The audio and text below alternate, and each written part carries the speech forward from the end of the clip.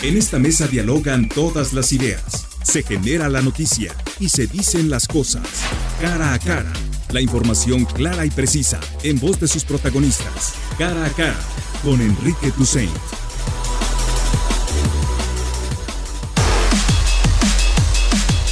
Muy buenos días, estamos este martes 9 de julio en Cara a Cara. Un gusto saludarlos esta mañana fresca, hay que decirlo.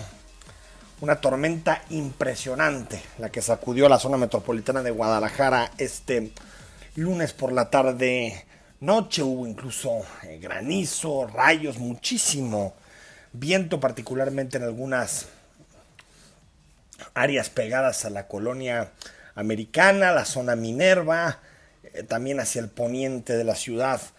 Vimos muchísima lluvia y, como siempre, pues la ciudad resistiendo, muchos árboles y ramas que dicen pues hasta aquí llegamos, y la circulación en la ciudad por ahí de las 7:30, cerca de las 8 de la noche, era de auténtico caos. Si bien los chavos están de vacaciones y por lo tanto hay menos flujo de autos por la mañana, también a altas horas de la tarde, incluso llegando a la noche, pues la tormenta fue de consideración y por lo tanto la ciudad de alguna forma reflejó la cantidad de agua que cayó por la tarde-noche en la zona metropolitana de Guadalajara.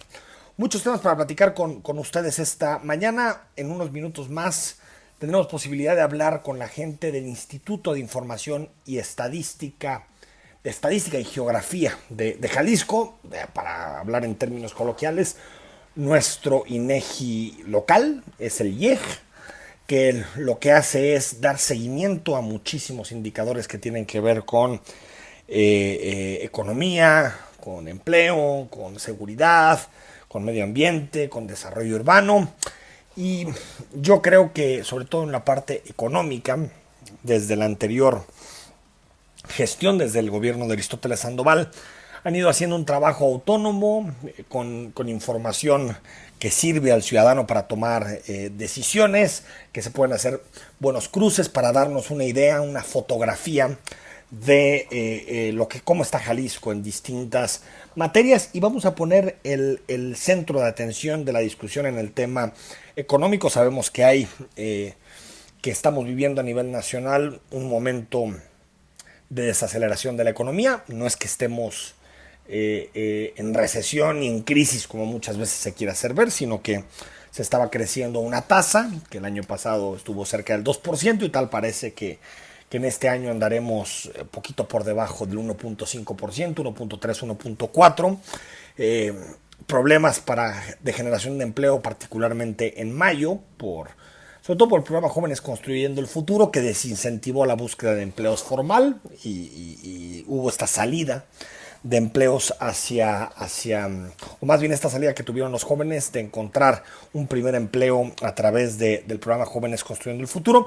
Pero vamos a analizar exactamente cómo está la economía de Jalisco, cuáles son las partes rescatables, en dónde se tienen que apretar tuercas, cómo está la generación de empleos, los salarios, más o menos, para analizar la situación económica de Jalisco. Temas que salieron entre este lunes y martes de la agenda política, la agenda social en nuestro estado.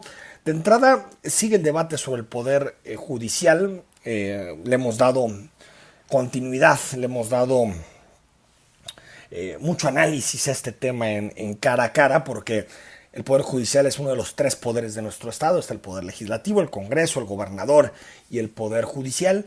Y en no pocas ocasiones sacamos de la ecuación reformista al poder judicial. El poder judicial decide cuánto se paga, cómo se paga, qué privilegios se dan. Ellos mismos tienen sus mecanismos internos de revisión y de control, como por ejemplo el Consejo de la Judicatura. Es decir, estamos hablando de que el Poder Judicial siempre se ha resistido al escrutinio externo, se ha resistido a que el Ejecutivo, a que el Legislativo, incluso la sociedad civil en su conjunto, pues analicen y observen, contrapesen las decisiones que se toman al interior del Poder Judicial.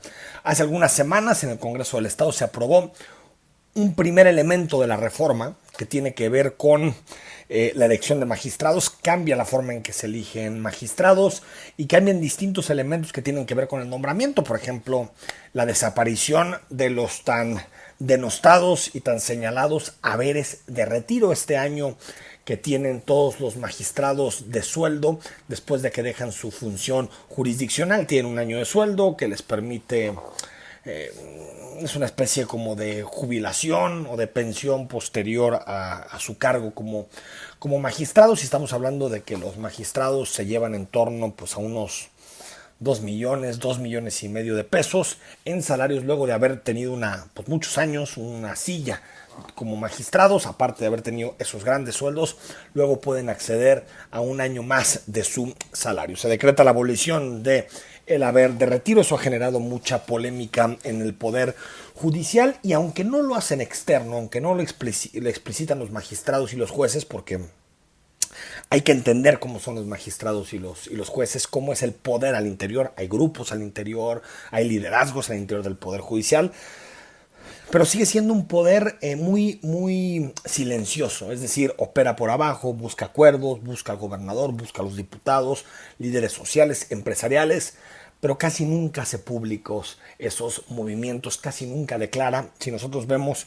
todo lo que se ha discutido de la reforma al Poder Judicial, tenemos muy poquitas entrevistas de Ricardo Suro, el presidente del Supremo Tribunal, que lo buscamos para que estuviera en cara a cara. Estuvo con nosotros hace mes y medio más o menos hablando de la reforma, pero digamos que sigue habiendo resistencias.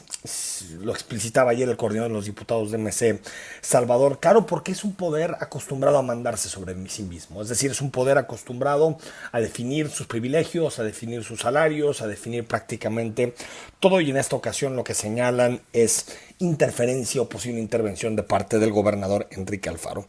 Aquí el asunto es que para tener un mejor poder judicial se necesitan contrapesos y se necesita supervisión. Por lo tanto, creo que en general la columna vertebral de la reforma es positiva. En general hay elementos, por supuesto, que se tienen que revisar y que se pueden revisar en las leyes secundarias, y por eso en este momento que el Congreso inicia con los debates sobre la reforma secundaria es fundamental pues idear no solamente el Poder Judicial que queremos, sino también poner límites a la intervención del gobernador. Se echó atrás una primera propuesta que venía pensando en ternas del Ejecutivo, se echó atrás. Por lo tanto, la reforma del Poder Judicial no atrae tantas miradas como otro tipo de temas que suelen ser más polémicos y controversiales, pero en definitiva, con este tema nos jugamos mucho, porque la seguridad no solamente es policías, armas, no solamente es ministerios públicos, también es tener jueces imparciales, jueces que no tengan ataduras con el poder político,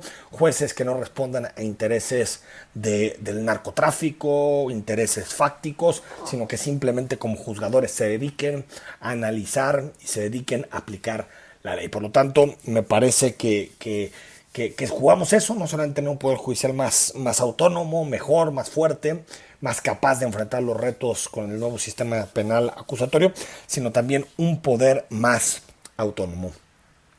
Quien estará de visita en nuestra entidad es Andrés Manuel López Obrador. Próximo viernes el presidente de la República estará en Jalisco, en una semana en donde otra vez el primer mandatario, del Ejecutivo, prometió cerrar, ahora sí, con la comparecencia de la Secretaría de la Función Pública, cerrar el caso Carlos Lomelí.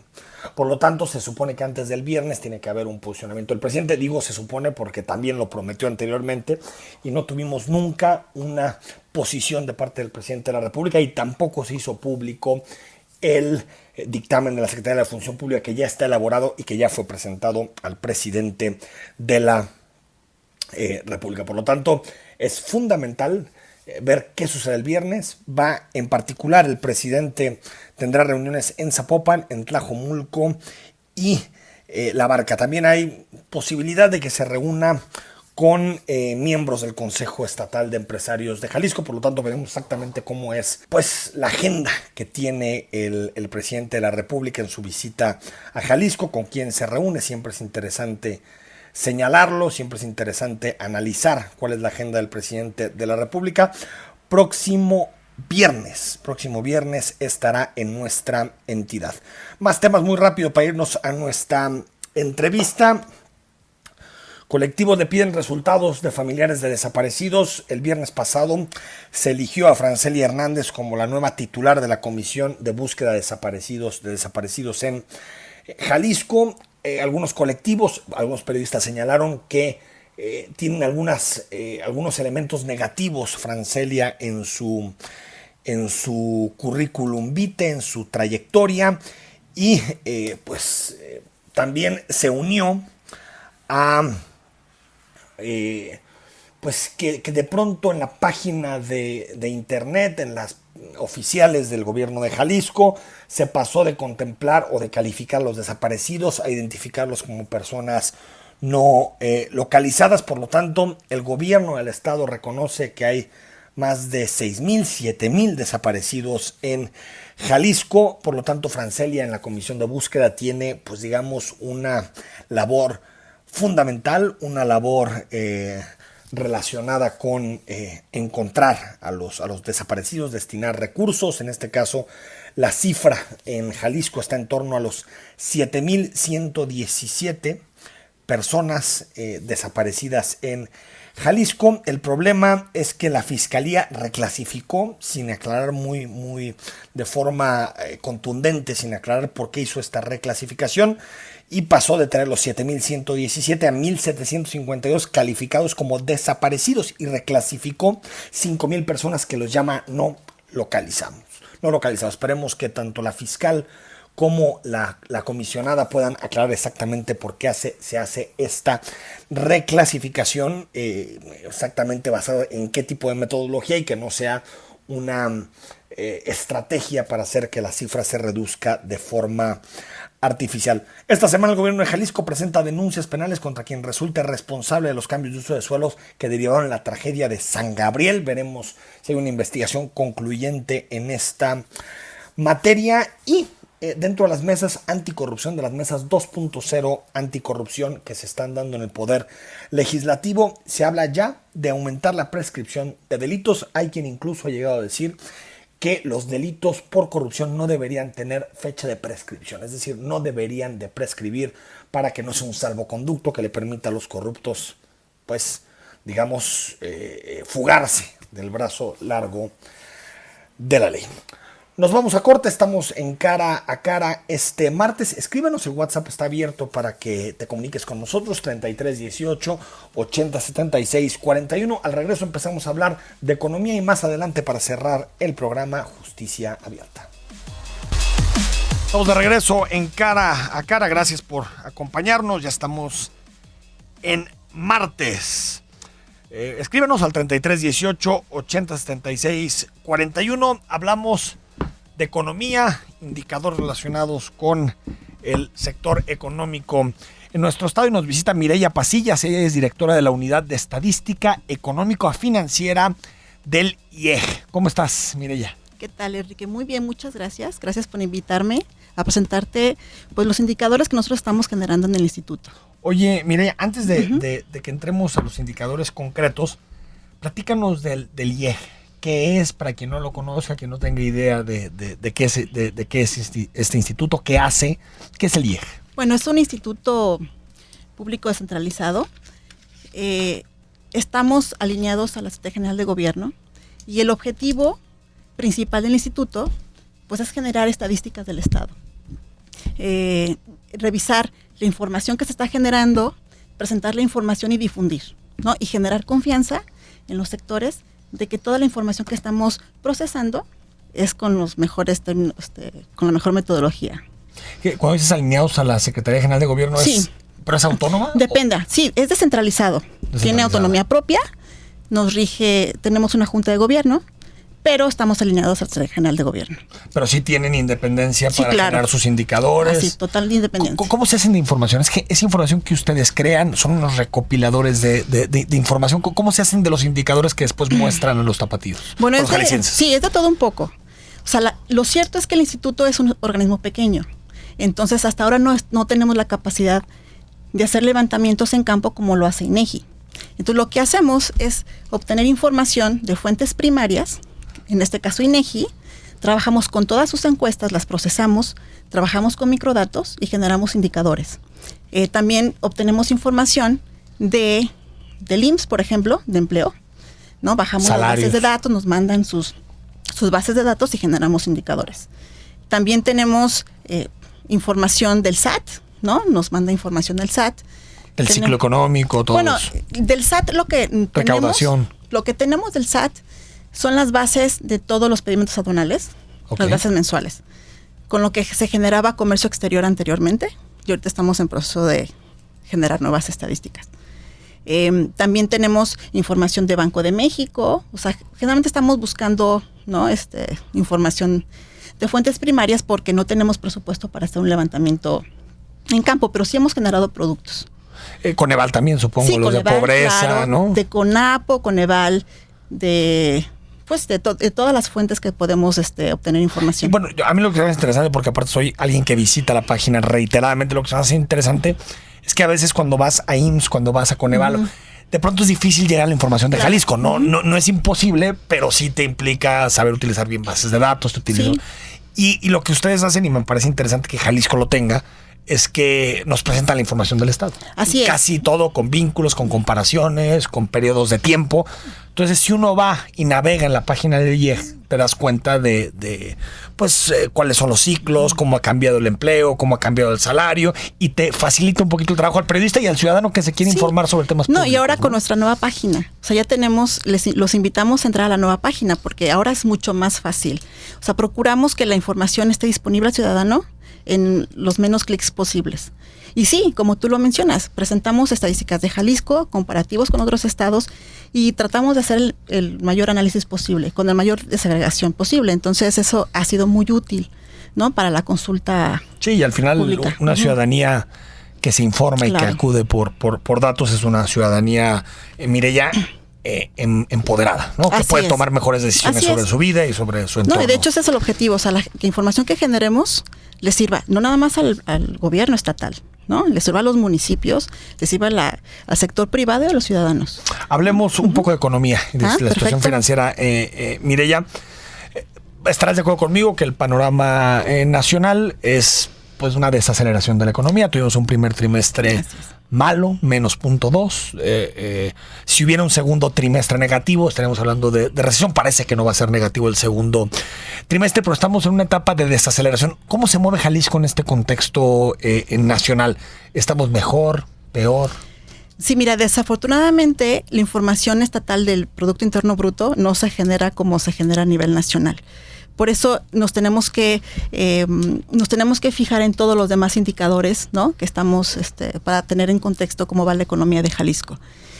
Y sí hemos observado, ¿no? Que a la par a nivel nacional sí ha habido un Desaceleración, como se en dice, ¿no? empleo, pero comparado con otros estados de la República no vamos tan mal. Creo que vamos bastante bien. Sí, el empleo, somos segundo lugar a nivel nacional de generación de empleo. ¿Quién es el que más está generando? La Ciudad de México. La Ciudad de México. En términos absolutos, estamos en segundo lugar. El mes pasado sí hubo una caída en la generación de empleos, tanto a nivel nacional y en Jalisco Pero también. Pues mes pasado, mayo, ¿no? En mayo. Mayo, Sí, porque perdón, el mes en mayo. pasado ya es Sí, junio. claro, Estamos tienes razón. recién en julio. Mayo, Sí, ¿no? en mayo. Pero cuando observamos qué pasó a nivel nacional, Jalisco está resistiendo todos los, ¿no? El contexto nacional. Y eso habla que aquí hay más confianza. También lo vimos en el estudio de expectativas económicas. Los empresarios, aunque sí ven un poco de cautela a nivel nacional, tienen más confianza en la economía jalisciense. Entonces, sí, Sí, porque a ver, el año pasado se generaron 43,000 empleos, 2018 en Jalisco. En 2019 hablaban los organismos empresariales de alcanzar los 50,000. Difícil. Que se alcanza esta cifra de 50,000 empleos en Jalisco, ¿no? Nuevos empleos. Sí, en el año, formales, dices. en el año. Es probable que sí se alcance. A los 50,000. Llevamos 37,000 empleos al mes de ¿Netos? netos. Netos formados. Netos formales. Entonces, creo que si las cosas van como van ahorita, sí podemos alcanzar esa meta. sin problema. 50,000 empleos. Sí. Entonces, estamos hablando de que sí hay si le podemos describir la situación económica, Mireya, de Jalisco, podemos decir que hay una desaceleración menor que la que sucede a nivel nacional, menos profundo. Menos. Y sabes que lo que nosotros hicimos, hicimos un análisis del empleo. Y lo que observamos en el mes de mayo, que solamente se generaron 148 empleos en Jalisco, ¿no? Fue complicado ver por qué. Lo que sí observamos es cuando vimos las estadísticas por municipio, la zona metropolitana de Guadalajara generó miles de empleos. Se destruyeron entonces empleos en el interior. Sí, y fueron 2 municipios en particular, fueron Tala y Ameca. En Tala se perdieron casi 2,000 empleos. ¿Y? ¿Tiene que ver con el cierre de alguna empresa? Bueno, es muy probable porque además fue del sector agrícola. Uh-huh. Y también en Ameca. En Ameca se perdieron 1,000. Entonces, cuando tú ves el neto estatal, ¿no? Estuvimos en 148, pero se generaron miles de empleos en zona metropolitana. Sí, así es. Entonces, podemos explicar la debilidad del indicador, sobre todo por lo que sucede en estos 2 municipios, en Tala y en Ameca. Sí, claro, pero si en los siguientes meses en estos municipios se estabiliza el empleo, vamos a seguir generando mayor número de empleos.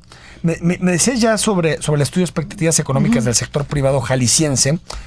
¿Qué notan en el sector privado? Es cierto que si vemos el contexto nacional, pues los que les llaman las palancas del Producto Interno Bruto, que es exportaciones, consumo, inversión.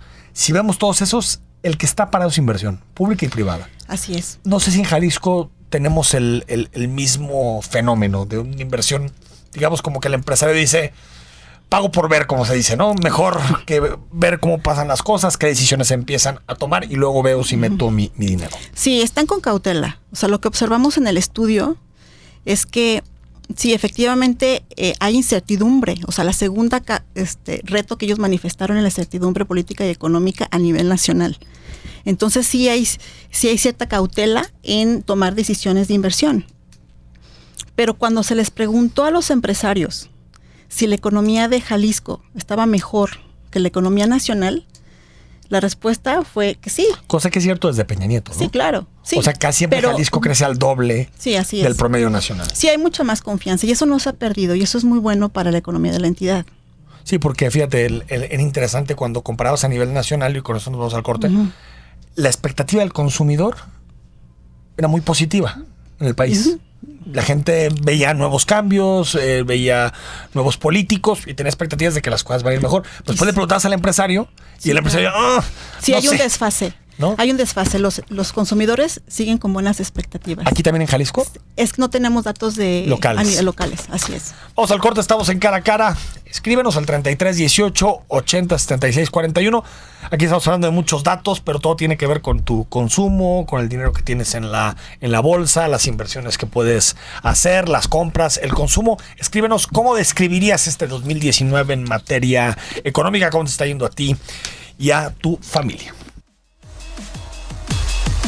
Estamos de regreso en Cara a Cara, aquí en Zona 3 Noticias. El WhatsApp 33 18 80 76 41. También nos puedes contactar y escribir en Twitter y en Facebook, Zona 3 Noticias, para que estés en comunicación con nosotros. La pregunta de esta mañana es: ¿cómo describes el 2019 en materia económica para tu familia, para tu entorno, en las empresas? Ya no sé si preguntar esto, pero ¿te subieron el sueldo? Hay tan pocos que ya... Bueno, antes me acuerdo, Mireya, que era normal al inicio del año que todos nos sentáramos a platicar nuestro sueldo. Ahora dices, bueno, con que no me lo bajen, ¿no? Exacto. O sea, con que no me lo bajen. Son otros tiempos, así es. Y fíjate, ¿por qué no entramos por ahí? Materia salarial, Mireya. Se generaron muchos empleos en Jalisco en el sexenio de Aristóteles Sandoval, muchos empleos. Jalisco que habrá sido segundo o tercero en generación de empleos a nivel nacional. Pero ya cuando uno comparaba el salario de cotización ante el IMSS de marzo de 2013 en comparación al último mes de la administración de Aristóteles, veías que el poder adquisitivo de los jaliscienses casi no ha crecido. Incluso si le metes la variable de la inflación, seguramente ha decrecido el poder adquisitivo. ¿Qué pasa? Estamos generando empleos malos, con malos salarios, o sea, que generan mucho empleo, pero pues digamos empleos un poquito basura, ¿no? Pues sí, es que también tiene que ver con, ¿no?, como la composición económica del país, ¿no? Tenemos mucha informalidad, eso es, ¿no? Y hay mucha competencia también desleal, ¿no?, en el mercado laboral. Entonces sí se ve reflejado en el empleo, en el salario. Y lo otro es que también la tasa de desocupación es relativamente baja, ¿no? Entonces eso juega como hasta cierto punto en esa negociación de los salarios. Ahora, en este año el incremento del salario base de cotización estaba por arriba de la inflación en lo que va de este año. ¿En lo que va de este año? Sí, estamos por arriba del 4% acumulado. Entonces, ¿cómo explicamos eso? ¿Es impacto del salario mínimo, el incremento que se hizo? Todavía no sabemos exactamente a qué se debe, pero es una realidad. Entonces eso creo que es bastante positivo para la economía de Jalisco. O sea, que los salarios vayan a la alza. El incremento de salarios en 2019 está por encima de la inflación. Así es. ¿Es de los primeros años que usted eso? Porque sí. Yo he analizado los salarios en los últimos años y casi siempre está por debajo de la inflación. Lo que decían muchos, y no sé si le podamos atribuir, Mireya, pero lo que decían muchos analistas es que en realidad es porque el patrón y el empleado, se ponen de acuerdo para reportar menos salario al IMSS. Que en realidad se pagan mejores salarios, pero que le dice mejor, pues para que me des un poquito más, di que gano esto y por afuera me das esto.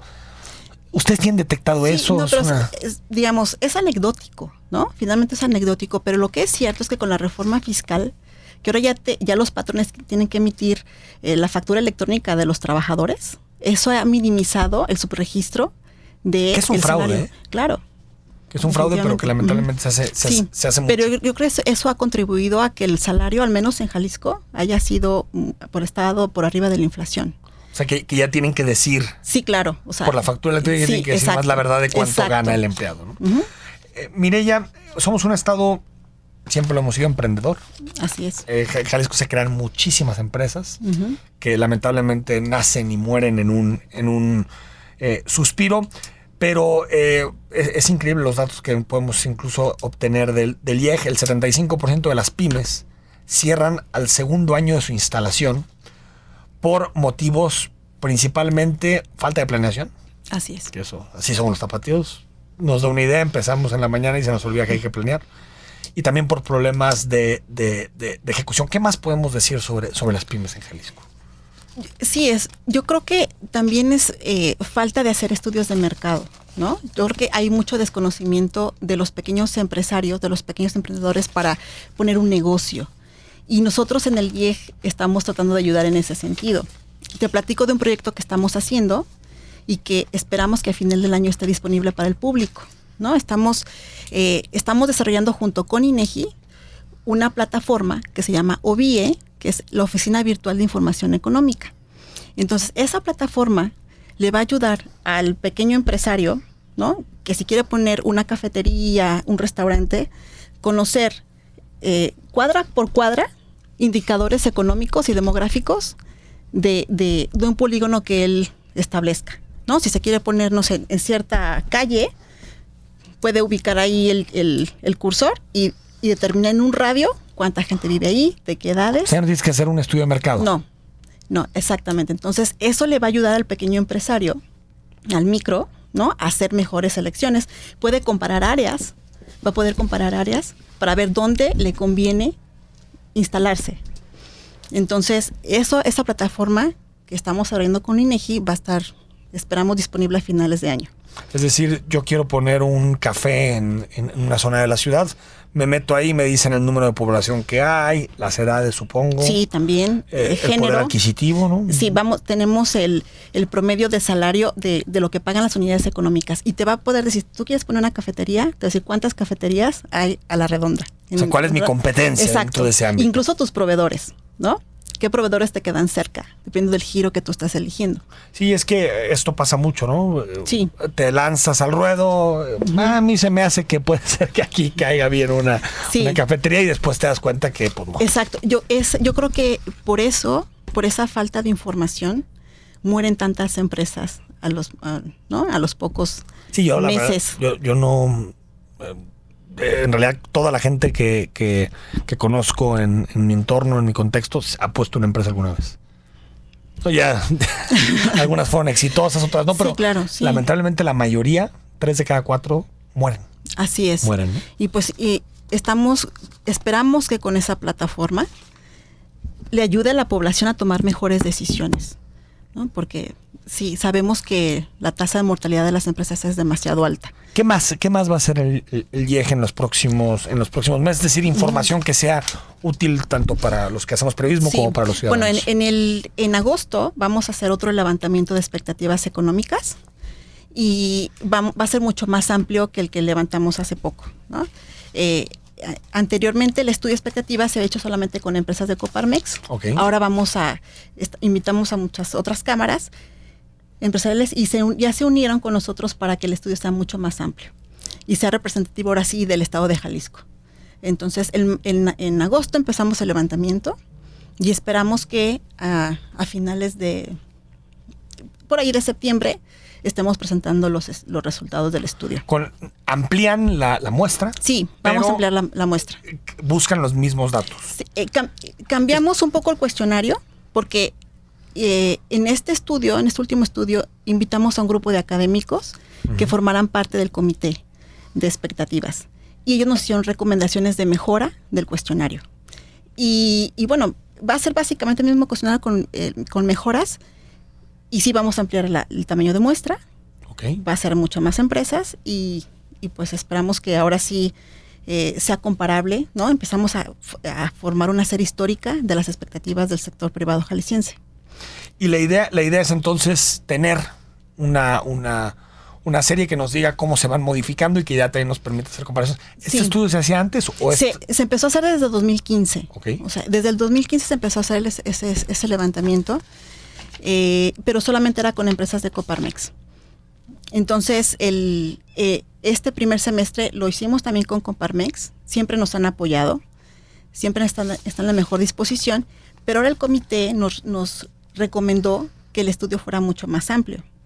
Entonces, es por eso que ahora estamos ampliando el tamaño de muestra. El abanico. Sí.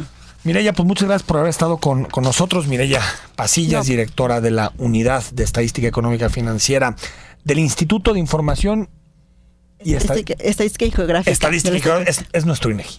Así es el INEGI local. Ese INEGI local nada más sin dinero para hacer estudios, pero es el INEGI local. Nosotros esperamos que en el siguiente año tengamos mayor presupuesto, porque la verdad tenemos muchos proyectos que queremos hacer, ¿no? Para generar más estadísticas para el bien de la sociedad jalisciense. A ver, necesitamos en un tiempo, tú lo sabes, Mireya, de posverdad, de donde ves datos corriendo todos los días por redes sociales, por todos lados.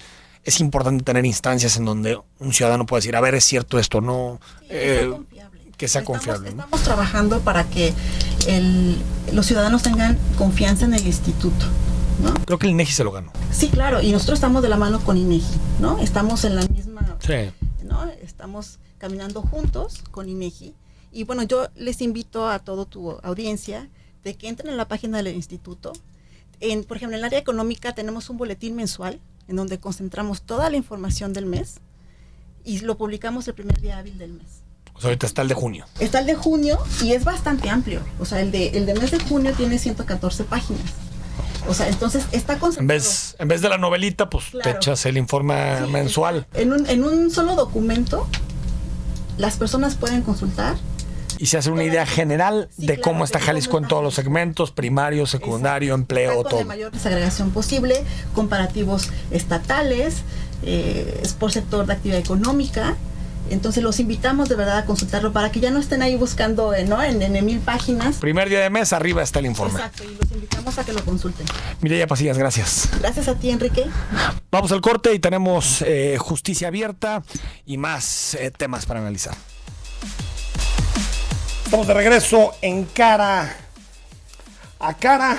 Gracias por escribirnos, por mandarnos mensajes al 3318 80 76 41.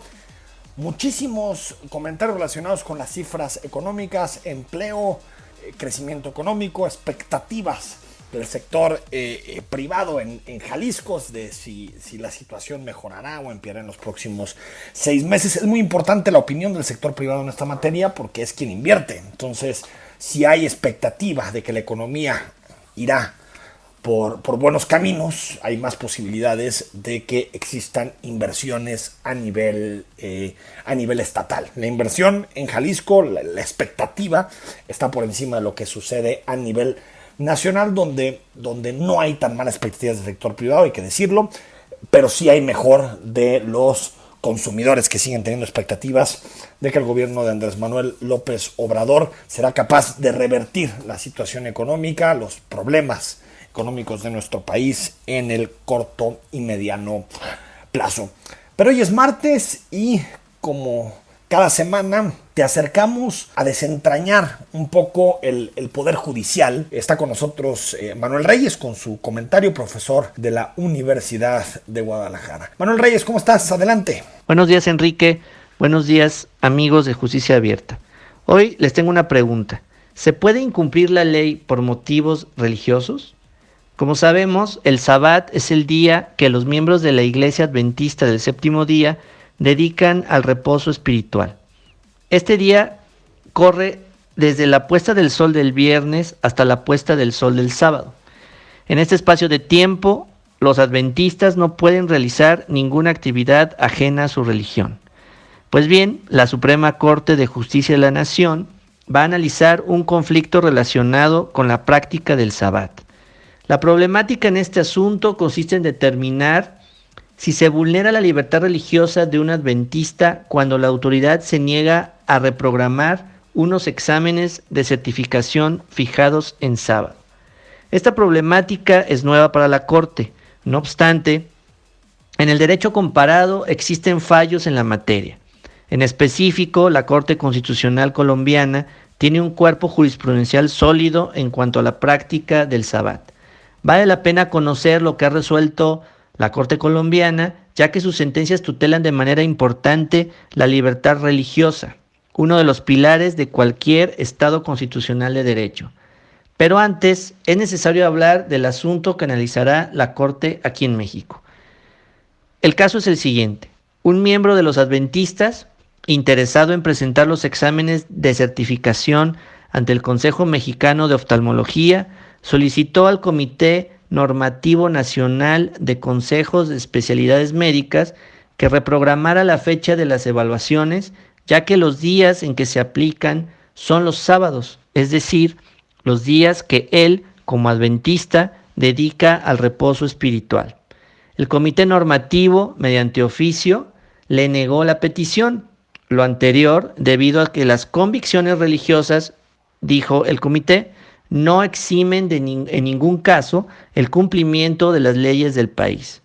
Para adoptar tal determinación, el comité se apoyó en lo que establece el segundo párrafo del artículo 1 de la Ley de Asociaciones Religiosas y Culto Público.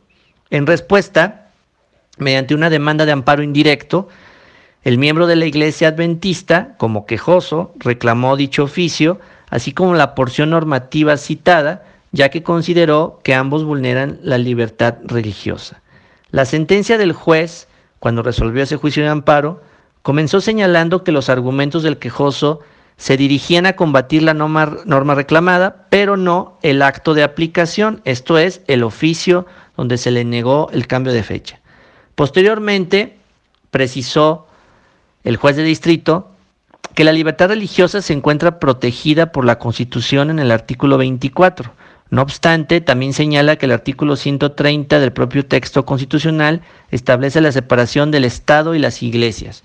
Además, el juez pone énfasis en que en el artículo 3 constitucional se garantiza la educación y que ésta sea laica. En otro pasaje de la sentencia se precisa que los principios constitucionales obligan a que las personas morales oficiales o públicas se mantengan ajenas a toda doctrina o actividad religiosa.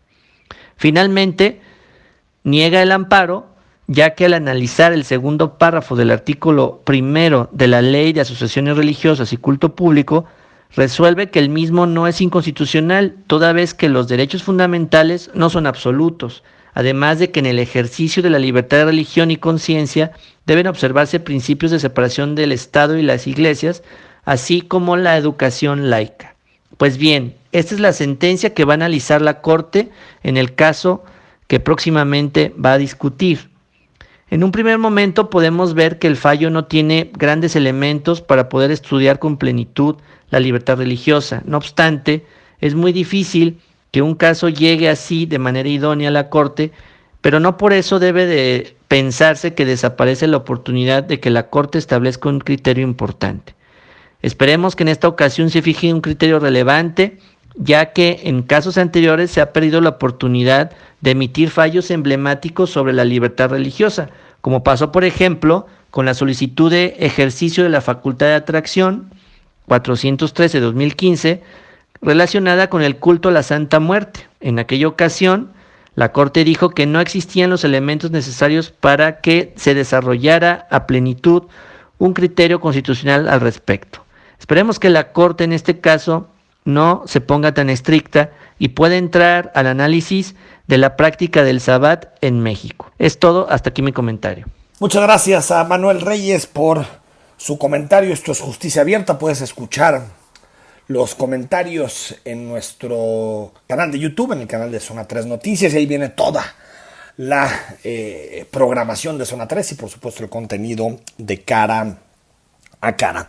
Una de las notas económicas de este lunes fue el anuncio que hace el gobierno de Estados Unidos. No salimos de una amenaza de aranceles para entrar a otra. El gobierno de Estados Unidos anunció que está contemplando, que va a poner en marcha nuevos aranceles para el acero que proviene de México. El Departamento de Comercio de los Estados Unidos detalló que las empresas, mexicanas que le venden acero estructural y que les pondrá tarifas son las siguientes: Suecomex, subsidiaria de Grupo Carso del empresario Carlos Slim; Building Systems de México; Corey; Acero Tecnología; Construcciones Industrial Tapia; Estructuras Metálicas La Popular; y Preacero Pelizari México. Estas son las empresas que tendrían un arancel que va del 0.01%, la tasa más baja que se puede tener, al 74.01%, mientras que el resto de empresas que ya envían acero tendrán que pagar un gravamen en torno al 13.62%. Por lo tanto, estamos hablando de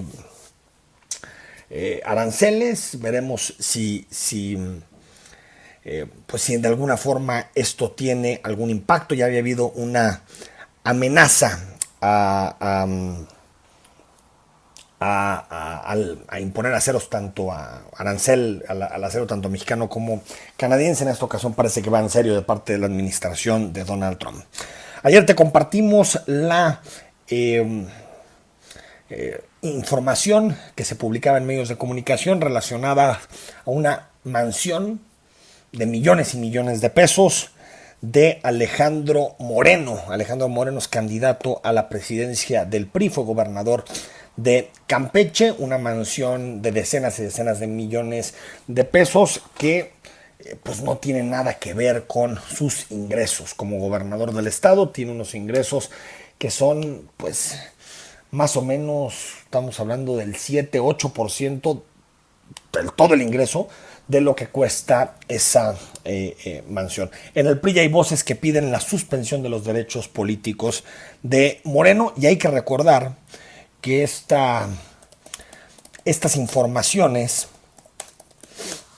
tienen mucho que ver con la contienda interna del Partido Revolucionario Institucional. Hay que recordar que son dos, una candidata y un candidato los que se mantienen, el propio Alejandro Moreno, y la ex gobernadora de Yucatán, Ivonne Ortega, que ha sido más crítica de Enrique Peña Nieto, de la gestión del PRI en los últimos años, mientras que en el caso de Alejandro Moreno, si bien en entrevista con nosotros la semana pasada mencionó que el PRI tiene que ser autocrítica y esas frases un poquito de bolsillo que tienen los políticos ahí a su alcance, pues responde más al establishment, responde más a lo que la cúpula del partido quiere y la ruta que quiere a partir de la elección interna del PRI. Entonces, voces que ya piden suspender derechos políticos a Moreno, lo que supondría que automáticamente Ivonne Ortega se convertiría en la presidenta nacional